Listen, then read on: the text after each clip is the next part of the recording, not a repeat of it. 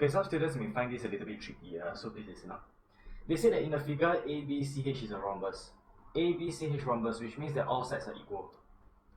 Okay? Now, and they say that ACD, AHF, DEF are straight lines, blah blah blah. HE is parallel to GF, therefore I put this sign. Okay? In the original question, they actually didn't have the sign. So what you need to do is actually to include all the signs inside.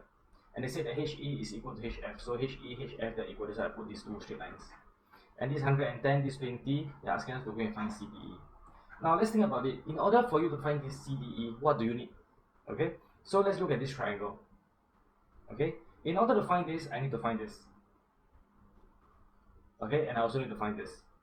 The moment I have these two, I'll be able to find this one. I just take 180 minus this, right?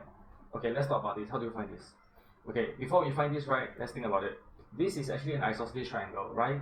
Because these are equal in length. So how to find this one? Okay, you just take 180 degrees minus 110, okay, and divide by 2. Okay, so because isosceles, right, and angle in the triangle is 180 degrees. So you take 180 minus 110, this will give us 70 degrees. 70 degrees divided by 2 to give, oh, you all cannot see this, sorry. Okay, 70 degrees divided by 2, this will give us 35 degrees. Okay, so this is 35. Okay, why do I need to do this? It's because the rhombus, right, this is a rhombus, right? This is a diagonal. The diagonal will cut the angle into 2 equal parts. Okay, always remember, for rhombus, the diagonals will cut it into 2 different parts. So if this is 35, then this must be 35 as well. So we got one of the two needed. Okay, so we got this. Now I want to find this one. Okay, let's take a look. They say that this is 20. You see that this is actually, this is a parallel to this, which means that you see the Z here, 1, 2, 3. You see the Z? Okay, this Z tells me that this angle is equal to this angle, which means that this angle is 20. And we know that this is an isosceles triangle.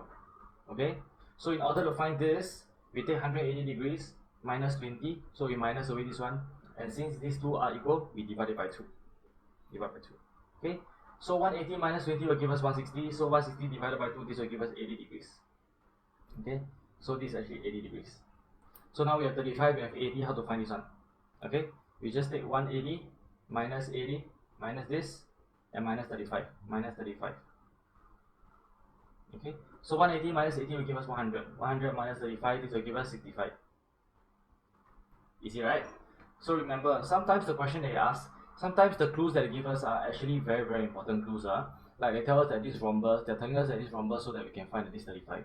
And they're telling us that these two lines are parallel so that we can actually find that this 20 and then we can find this 80. And once we have 35 and 80, then we can find this one. So always remember, the clues are almost telling you what steps you need to take in order to find the final question. Okay, done.